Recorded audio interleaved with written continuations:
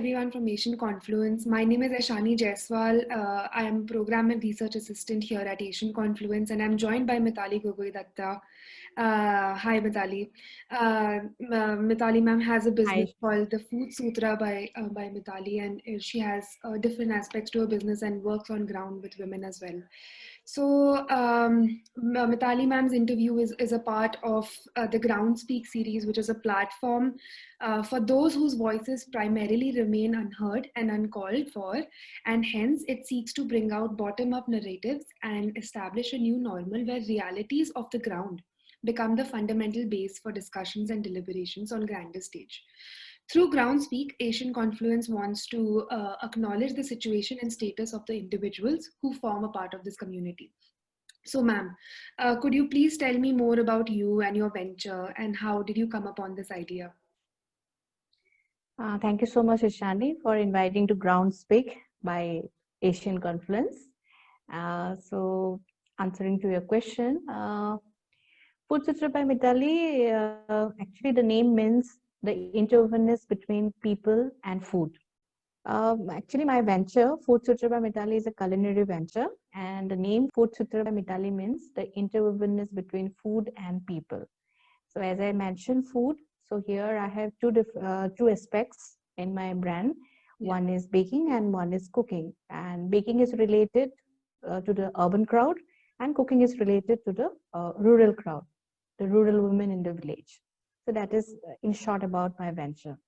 And it is about, if you ask me, like, what Food Sutra does, then it is about empowering through your culinary and baking skills. Right, right. So thank you for answering my question, ma'am. Moving on to the next question, ma'am. How would you describe the current scenario of business in your region? What have been the biggest advantages of you doing your business from the Northeast? Um, Actually, as things were favorable only. It was only upon us to recognize our resources whatsoever, like, related to schemes or any other things. Only thing is that we are not aware.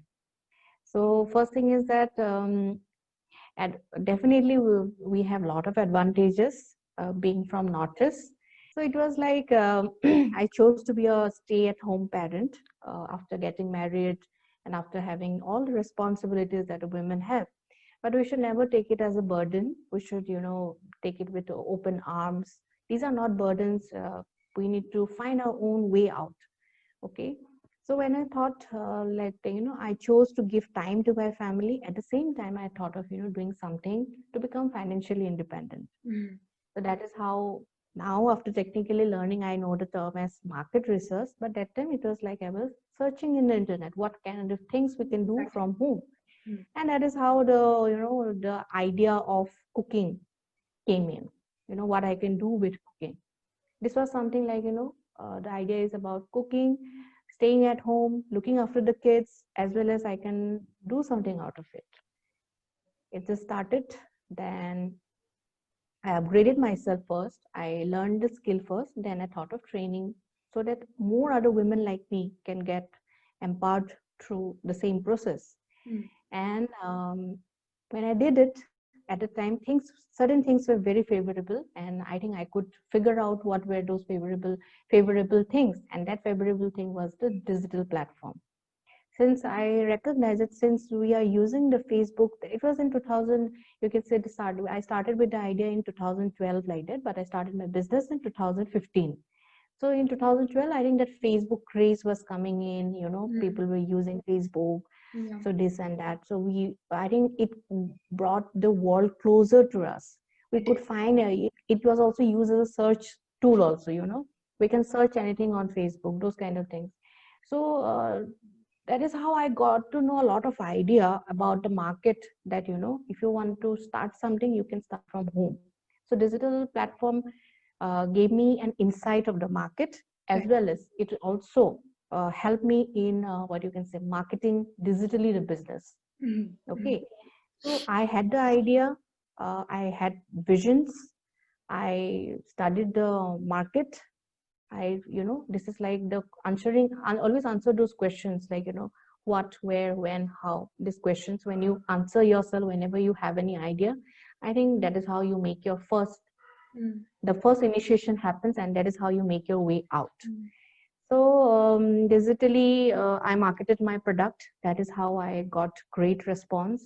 So the story is about, starting your business from home, from a chair of your, dining table, and scaling it up to the first studio in Guwahati, culinary studio in Guwahati. This is a journey about, my journey is about that. Mm. So the only thing is that I wanted to say is that usually women are stereotyped to be meat for the kitchen. So I say that give me the kitchen, I will show you how to earn from it. Correct. So You're this is owning what up to the about idea. stereotype, but you're also showing people that it's not what makes me me. I can do multiple things at a time, and that's admirable, ma'am. That's really admirable. Yes, having said that, having said all these things, these are, again, it's not that easy to do business. You have to be very smart in business. You have to be very planned. You have to be persistent. You have to be very consistent. You have to make your online presence constantly feel. And, being a home-based business, what happens is we don't have a boutique or, a place to display our work. We have only the digital platform where people come and scroll. This is the medium where we can show our work. So, Mhm. so with the power of digital media and with an idea, if you think of doing a business, you can do it any day, anytime, from anywhere. Right, ma'am. That And is it. about the one thing that always struck out to me, because Mithali ma'am is also involved with us in a different project which is being done by Asian Conference in the Northeast, focusing on women entrepreneurs. So a story about Mithali ma'am's venture, what really stuck out to me was the fact that she's not just doing it for monetary benefit, and she's also trying to reach out to women and tribal women and get them a source of income. So, ma'am, could you tell us a little bit more about that? Yes, as I mentioned in the beginning, it is catered to two different audience. So the thing, how it happened actually, I started with baking. So I was doing baking, and it's a transformation process. Tomorrow you were, you were not doing anything, but after learning the baking skill, you get empowered through it. You take orders, you can earn something from home. People, my students, they share feedback like, ma'am, because today, because of you, we could do something, that is called, That's wonderful. becoming self-independent. That is. So when I see that the response was so positive and people are getting empowered, women specifically are getting empowered through their skills, I thought that, since I am born and brought up in villages, I'm not a city girl, I think that I should do something for the rural women also. It is only that I could recognize that, it is only that they have their potential, they have their skills. It is only thing is that nothing has been, they don't know how to design it. Then I thought, let me be somebody who can bridge this gap of, designing products, access to the digital media. If I can do it, they can do wonders. That belief I had. Nobody believes me actually whenever I share this kind of thing, but I had that belief. That is how I started FSM Food Trails. FSM Food is about, dining, is about learning and dining with locals, learning about regional cuisines and dining with them. Right. Because women in the rural villages, they're prolific cooks, they cook the amazing food daily, but they don't know, that skill can also be monetized. They can earn from it. They're unaware of their skills. How Right. powerful is skills? I recognize that potentials because I was exposed to, not exposed, I got in touch with them through some trainings, and I could recognize that potential. Then I Right. designed this product for the rural women, so getting empowered through their Mm. cooking skills. So that is a totally a tourism sector thing, and still we are developing our product, and the response from the audience has been amazing. Right. Yeah, Right. So it sounds like you're combining not just your culinary skills, but also your hospitality skills here. So it's exactly. a multi-sectoral thing. I don't think Food Sutra by Mitali is anywhere just limited to just cooking. I think it's much beyond that. And I think Mm. it's commendable the way that you've gotten here. Um, so, ma'am, tell me, like, how has the COVID-19 pandemic affected you and your business? COVID-19 again, see, it has been a blessing to me, to be honest, blessing in disguise, in fact. I think baking was one that business, I think, which didn't get affected by COVID-19. Right. During the lockdown, people were looking for, home bakers like anything. Because the bakeries were closed, people were looking for, something to get from home bakers. So that's how the demand did not, people who have learned, they didn't suffer from the COVID-19, whatever say, from COVID-19 in business, suffered in business, I mean to say that. But at the same time, some people also recognize another potential is that if the baking has so much demand, if these bakers are earning so much, that means what? We also want to learn it. So that way, another demand came in. Lots of inquiries came to the trainer, that is to me, that like, ma'am, please teach us online. Now we cannot, learn from you physically because it's not possible, but please, teach us online. So that is how I took the entire, lockdown period, 6 to 7 months, to develop a very strong online digital product, that is by online courses. And from October I have started, and now people from anywhere now, geographically also you don't have any There distinct are no restrictions. geographical bounds now. You can access my courses from anywhere in the world. Mm-hmm. And the way I have designed my digital product, the baking courses, it is like once you purchase it, it's like you can watch n number of times, and it's a lifetime purchase thing. Like, to make a digital product also, you need a lot of homework. You also need to study the market. I cannot just make a digital product. It has to be according to the market demand, that Right. those, then only it will sell. See, again, I'm talking business in the sense, like, you just cannot create something and wait for people to buy it and finding difficulty in selling it. You have to create certain things which are sellable. So to make that thing, first thing that is required is your market research. What is the demand?